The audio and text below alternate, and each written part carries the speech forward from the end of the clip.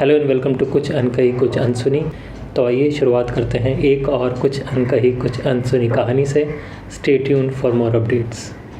Hi, I am Arushi. मैं बहुत time से स्टूडेंट्स को कॉम्पिटिटिव एग्ज़ाम्स की तैयारी में देख रही हूँ, मेंटोर कर रही हूँ, गाइड कर रही हूँ।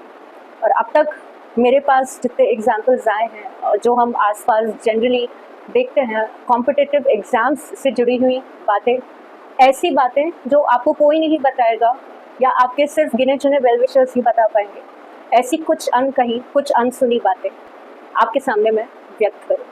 तो डेफिनेटली इस वीडियो को एंड तक देखें और जुड़े रहें। Thank you. ठीक है। तो आप अभी क्या कर रहे हैं आजकल?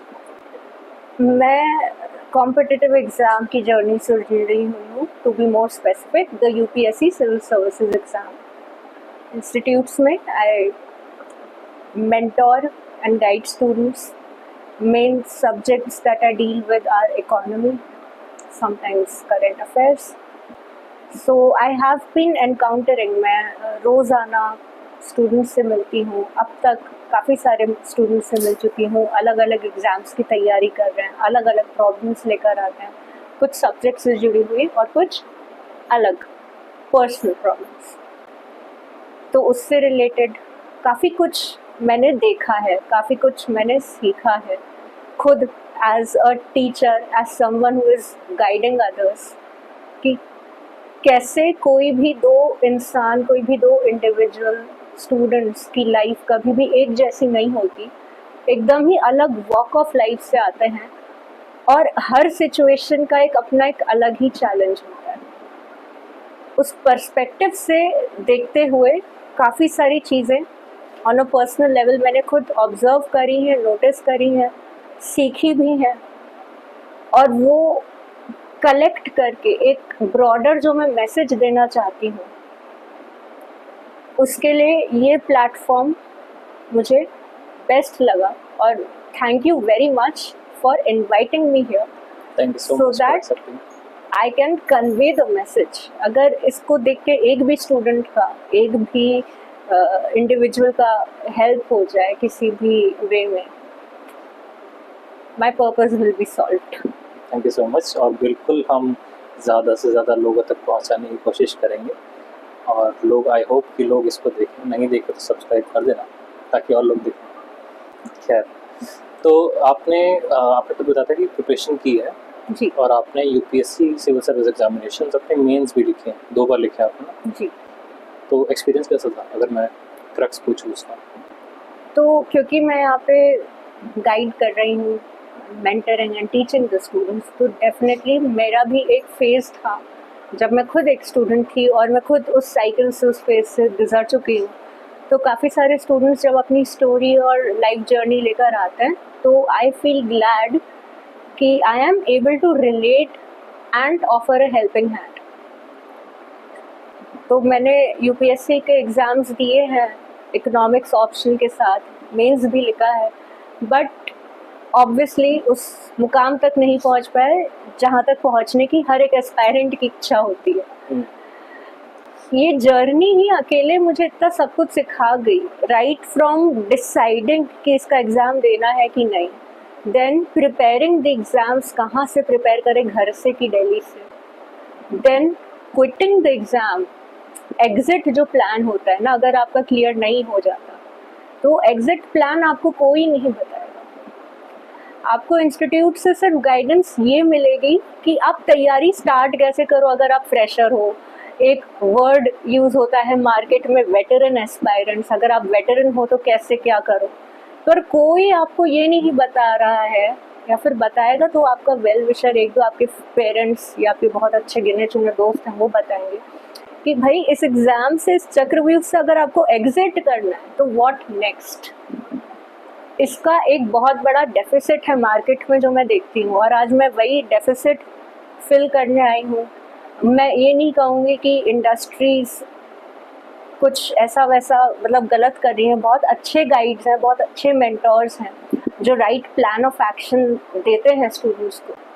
इसी में मेरा ये एक छोटा सा कंट्रीब्यूशन ही आप समझ लो। to guide the students, to help them prepare, but in the right direction, with the right attitude. जो attitude होता है ना, बहुत बड़ा रोल प्ले करता है. एग्जिट प्लान ज़रूरी होता है. इससे मुझे आपकी बातों से एक एग्जांपल याद आया. हाँ जी. तो कहीं तो मैंने सुना था कि जो ग्लेशियर्स पे ड्यूटी करते हैं ना, हाँ. ग्लेशियर्स पे आपको जाना होता है, तो वहाँ पर क्रवासेस होती है, जो खाइयाँ होती है ना, तो वहाँ पर अगर बाहर का तापमान -30 कुछ है, तो अंदर का तो -40 होगा, तो उसके नियरेस्ट होगा. वहाँ पर ह्यूमन बीइंग का बचना मुश्किल होता है. तो जब फोर्सेस में क्या करते हैं कि आप ग्लेशियर्स के ऊपर चलते हैं तो एक के बाद एक रस्सी बांध के चलते हैं, ताकि अगर कोई एक प्रवास में जाए, बाई चांस थिन शीट था, तो बाकी सब उसको जर्क संभाल लें और बचा लें. तो उसमें कहीं तो मैंने से सुना था कि ऐसा कुछ होता है कि अगर ऐसा इंसिडेंट हुआ, बंदा प्रवास के अंदर गया, तो आपको कुछ सेकंड ही कोशिश करनी है, 30 सेकंड, 1 मिनट. अगर नहीं बचा पाए तो cut the rope and let the person गो, क्योंकि वो ऑलरेडी मर चुके हैं. तो शायद ये सेम सिचुएशन अगर ये सही है तो लाइफ के साथ भी होता है कि अगर आप एग्ज़ाम में हैं तो एक टाइम तक ही प्रिपेयर करो, फिर उसके बाद निकलो. तो इस एग्जिट प्लान की जो आप बात कर रहे हो, इस पर मैं बात करूँगा. और उससे पहले मैं ज़रा कॉम्पिटिटिव वर्ल्ड से थोड़ा सा आपका जायज़ा ले लूँ कि क्योंकि आपका ताल्लुक़ है उससे, आप कॉम्पिटिटिव एग्ज़ाम से डील कर रहे हैं, बच्चों से बात कर रहे हैं. तो कॉम्पिटिटिव वर्ल्ड आपके हिसाब से कैसा है, कितना बड़ा है, कितना वास्ट है? जो कंपटीशन है ना, कंपटीशन एक ऐसी चीज़ है जो एज नेचुरली नेचर में, आप सिर्फ इंसानों के बीच में नहीं है कंपटीशन. आप नेचर पे जाओगे ना, बाहर जाओगे तो competition is out there also. 2 पेड़ भी एक ही मिट्टी में अगर उग रहे हैं, एक पीस ऑफ छोटे से जंगल में अगर आप 2 पेड़ उगाओगे, 4 पेड़ उगाओगे, तो आई थिंक अर्बन फॉरेस्ट्री का जो एक कॉन्सेप्ट चला हुआ है, मियावाकी फॉरेस्ट्री का, ठीक है, तो उसमें भी आप देखोगे कि 2 अलग अलग स्पीशीज ऑफ ट्रीज के बीच में सेम सेट ऑफ न्यूट्रिएंट्स पे फाइट हो रही है, कंपटीशन हो रहा है. It is not just competition alone, साथ में कम्युनिटी भी होती है, एक इकोसिस्टम भी होता है. एक इकोसिस्टम ऐसे बैलेंस में काम कर रहा है कि कंपटीशन और कम्युनिटी सर्विस, यानी कि इकोसिस्टम सर्विस, दोनों चीज़ें साथ में काम कर रही हैं. दोनों चीज़ें को एग्जिस्ट कर रही हैं. सेम केस आप ह्यूमन बींग्स पे अप्लाई कर लो कि हम लोग सेम सेट ऑफ रिसोर्सेज के लिए compete कर रहे हैं. हम लोग सेम, आजकल घर मिलना कितना मुश्किल है, एक piece of plot of land मिलना कितना मुश्किल है. सेम चीज़ों पे काफ़ी सारे लोग आप compete कर रहे हैं. लिमिटेड रिसोर्सेज पे इकोनॉमिक खेती भी करनी है, मॉल भी बनाना है. तो that is a reality. But साथ में क्या को एग्जिस्ट करना चाहिए, that is a sense of community as well, कि compete भी कर रहे हैं मगर एडवर्स टाइम पे, जैसे आपने अभी क्रेवास वाला एग्जाम्पल दिया ना, कोई एक गिरेगा तो बाकी सब उसको बचा लेंगे. दोनों चीज़ों को साथ में कल्टिवेट करना और दोनों चीज़ों को साथ में बैलेंस में लेके चलना बहुत ज़रूरी है. कंपटीशन ख़त्म कर नहीं सकते और करना चाहिए भी नहीं, it is important, but also at the same time cultivate the sense of community, cultivate that sense of security, that okay, if you fall down then we are there for you. आपको लगता है क्योंकि आप अभी private sector में काम कर रहे हैं, आप इंस्टीट्यूट्स में कर रहे हैं, तो कहीं ना कहीं वो सिलेक्शन प्रोसेस आपने फेस की है? Yes. ऑल्दो इसमें तो बहुत लिबरल है मेरे हिसाब से जो कोचिंग इंस्टीट्यूट्स हैं, बट अभी जो कॉर्पोरेट कल्चर है उसमें थोड़ा लिबरल होने की ज़रूरत है. तो क्या आपको लगता है थोड़ा सा उनको भी फ्लेक्सिबल होना चाहिए कि अगर कोई aspirant in case of selection नहीं होता है, इन केस प्रिपरेशन कर रहे हैं, मतलब जो प्रिपरेशन कर रहे हैं, बाई चांस नहीं हुआ, तो उस एज में भी एक्सेप्ट करो उनको? एक्चुअली एक माइंडसेट डेवलप हो चुका है कॉर्पोरेट वर्ल्ड से रिलेटेड कि बहुत हार्श है, कट थ्रोट कॉम्पिटिशन है, ऑफिस पॉलिटिक्स है, गवर्नमेंट जॉब में सिक्योरिटी ज़्यादा है. तो ऐसा कुछ नहीं है. I think there are some myths that have to be busted about the corporate world. In fact जो कॉर्पोरेट वर्ल्ड आज की डेट में कर रहा है, फ्रेशर्स को भी लेते हैं, इंटर्नशिप्स होती हैं, ट्रेनिंग प्रोवाइड करी जाती है, स्किल सेट नहीं होता तो काफ़ी सारे मेरे कलीग्स हैं ऐसे जो कॉर्पोरेट सेक्टर में काम करते हैं, अपने एम्प्लॉयज़ से अपस्किलिंग और रीस्किलिंग का एक लीव लेकर जाते हैं। कभी कभी कॉर्पोरेट ऑफिसेस स्पॉन्सर भी करते हैं कि आपके पास ये स्किल सेट नहीं है, आप जाओ और सीखो, because they know they are investing. एक CTC होती है हर एम्प्लॉय की, that CTC is an investment, that you go out and learn the skill, we will use it. So it is not that harsh. Aspirants को इस तरह से डरना नहीं चाहिए कि सालों साल कमरे में बंद आपने सिर्फ और सिर्फ पढ़ाई करी है, कोई स्किल सेट सीखा नहीं है, तो कॉर्पोरेट वर्ल्ड आपको एक्सेप्ट करेगा कि नहीं करेगा। It is like self limiting belief कि एक भालू सालों से पिंजड़ों में बंद रहा है, उसको आपने जंगल में ले जाके छोड़ दिया, फिर भी वो गोल गोल ओपन फील्ड में एक पेड़ के आसपास घूम रहा है, मतलब कि वो खुद को लिमिट कर रहा है। आप कोशिश तो करो, इनिशिएटिव तो लो, आपको 10 बार 10 जगह फेलियर देखने को मिलेगा, बट कहीं ना कहीं if the chord hits right then your growth can be exponential and you can always get an opportunity to start with. तो क्या आपको लगता है competition, healthy competition is good, ठीक है, बट इस टाइम पे हम न्यूज़ में सुनते हैं बहुत ज़्यादा कंपटीशन बनाया जा रहा है, हो गया है कि एडवर्स इफेक्ट आ रहे हैं उसके, लोग सुसाइड कर रहे हैं, मेंटल हेल्थ हैम्पर हो रही है। बच्चों के केस में हम देख रहे हैं जो स्कूल में पढ़ रहे हैं उनको ट्यूशन कोचिंग लगाई जा रही है, तो कितना सच है ये? तो कुछ हद तक कह सकते हैं। एक हेल्दी कंपटीशन होता है दो तरीके के। एक कंपटीशन होता है जब आप खुद से compete करते हो कि आज मैंने 5000 स्टेप्स चले, कल मैं 10,000 स्टेप्स चलूँगी, just for an example, that is good. दूसरा होता है कि आप अपने आसपास के पीयर्स से compete कर रहे हो। वो तो एक नॉर्मल स्पोर्ट्स पर्सन को भी पता है कि आप 100 मीटर के रिले रेस से भी स्टार्ट कर रहे हो, तो everyone wants to come first. कोई सेकंड आता है, कोई थर्ड फोर्थ आता है, कोई पीछे ही रह जाता है, ठीक है, that is also fine. But when it starts to act as a compulsion कि हमको करना ही करना। I have always been first in class, I have always been a topper in class, I can not fail this exam. वो जो एक self imposed pressure और self imposed expectation होती है ना, उसको तोड़ने की बहुत ज़रूरत है, right? But what is more important is that you tried, and try करके आप ऐसा भी नहीं हो रहा है कि आप फेल हो रहे हो, आप सेकंड आ रहे हो, थर्ड आ रहे हो। हमारे अंदर बचपन से वो कल्टिवेट कर दिया जाता है एक एटीट्यूड कि A+ आ रहा है, शाबाश बेटा, कीप इट अप और मेहनत से पढ़ो, कोई बुराई नहीं है उसमें, ठीक है। But the second attitude is the attitude of dealing with failures.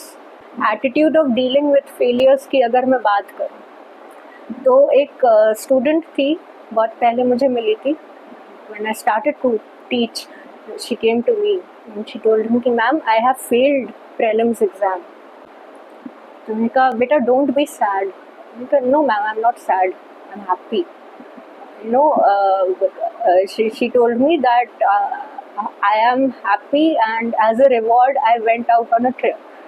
तो मैंने कहा what kind of a student are you, आप फेल होने के बाद ट्रिप पे जा रहे हो।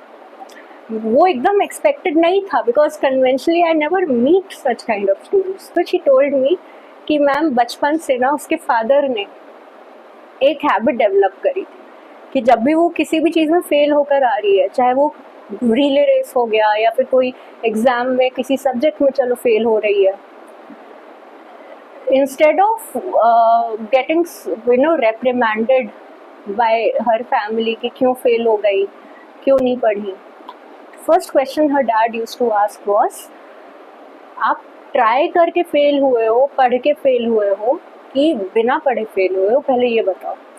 तो पढ़ के ही जाती थी, पढ़ के ही फेल हो गई।